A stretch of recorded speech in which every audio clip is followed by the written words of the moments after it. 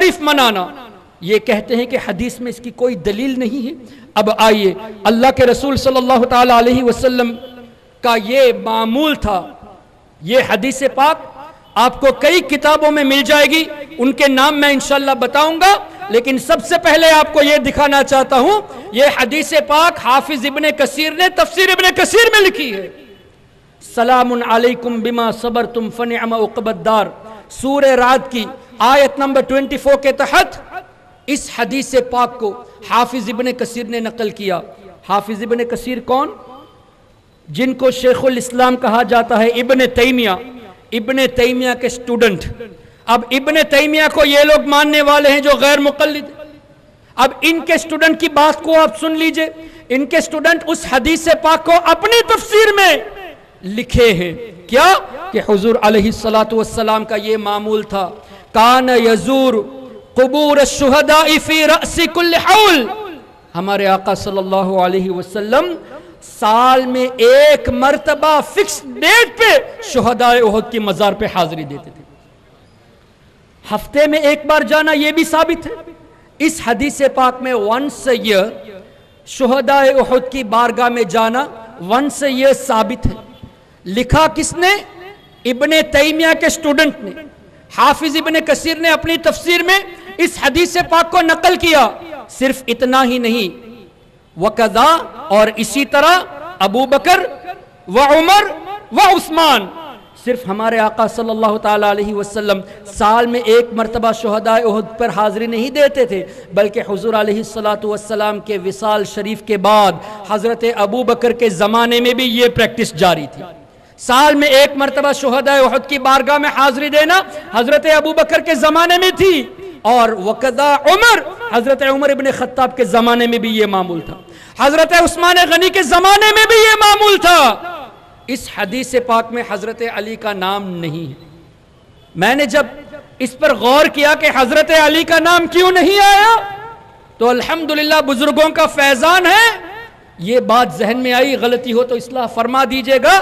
چونکہ حضرت علی نے دارالخلافہ کوفہ میں رکھ دیا تھا، وہ مدینہ شریف میں حکومت نہیں کیا، اپنی دارالخلافت کو کوفہ میں منتقل کر دیے تھے، اور ان بزرگوں نے دارالخلافت مدینہ میں رکھے تھے، تو مدینہ میں جنہوں نے خلافت کی ان کا تذکرہ یہاں ہو رہا ہے کہ حضرت ابو بکر صدیق کے زمانے میں بھی یہ پریکٹس جاری تھی، سال میں ایک مرتبہ حاضری دینا، حضرت عمر ابن خطاب کے زمانے میں، حضرت عثمان کے زمانے میں، اور یقیناً حدیث میں یہ آ جاتا اگر حضرت علی کی خلافت مدینہ شریف میں ہوتی، چونکہ ان کی خلافت کوفہ میں تھی اس لیے یہاں ذکر نہیں کیا گیا۔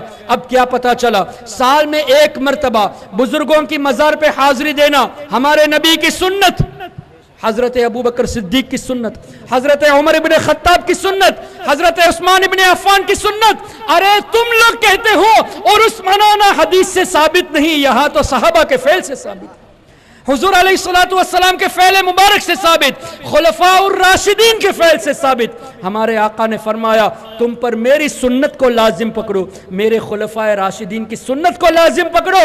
تو الحمدللہ جو سال میں ایک مرتبہ خاص کر بزرگوں کی مزار پہ حاضری دینے کے لیے بنام عرس جاتے ہیں، وہ نبی کی سنت پہ بھی عمل کرتے ہیں، صحابہ کی سنت پہ بھی عمل کرتے ہیں، اور جو لوگ اس سے دور کرتے ہیں صاف پتا چل گیا کہ وہ حدیث پہ عمل بھی نہیں کرتے اور دوسروں کو عمل کرنے دیتے بھی نہیں۔ یہ ہے ایکسٹریمزم، یہ ہے ایکسٹریمزم کی شروعات، اولیاء کرام، صحابہ کرام، تابعین کرام سے دور کرنا۔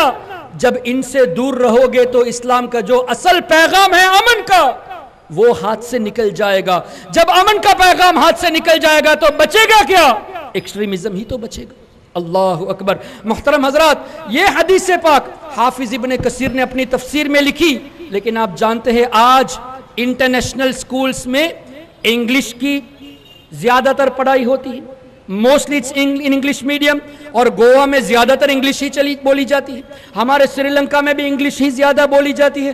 آج جتنے بھی آن لائن یونیورسٹیز آپ کو ملیں گے جو غیروں کے ہیں، سب انگلش ہی پہ توجہ دیتے ہیں۔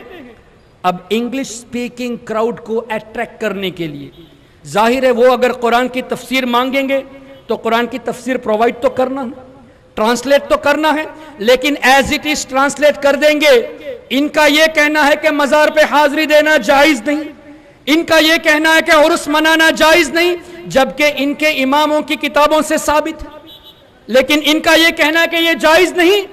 اگر یہ ایز اٹ از ٹرانسلیٹ کر دیتے تو ان کی چوری پکڑی جاتی۔ For this very reason, from the English version of تفسیر ابن کثیر, they have taken this hadith out. اس حدیث کا ترجمہ ہی نہیں۔ اللہ اکبر، کیا یہ چوری نہیں ہے؟ کیا یہ حدیث سے کھیلنا نہیں ہوا؟ تمہارے امام نے جو حدیث پاک نقل کی جس سے عرس منانا ثابت ہوتا ہے، تم نے انگلش ورشن سے کیوں ہٹا دیا اس کو؟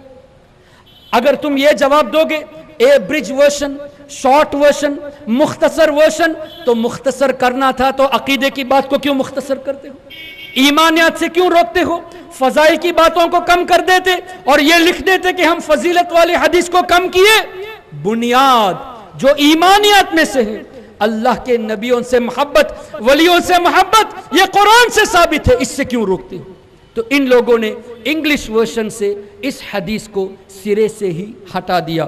اب اس سے پہلے آپ دیکھیے ریفرنسز اس حدیث پاک کا صرف حافظ ابن کثیر نے نہیں لکھا، امام بخاری رضی اللہ تعالیٰ عنہ کے استاذ حافظ عبد الرزاق رضی اللہ عنہ اپنی مصنف عبد الرزاق میں اس حدیث پاک کو نقل کی۔ یہ 211 صدی میں وفات پائے۔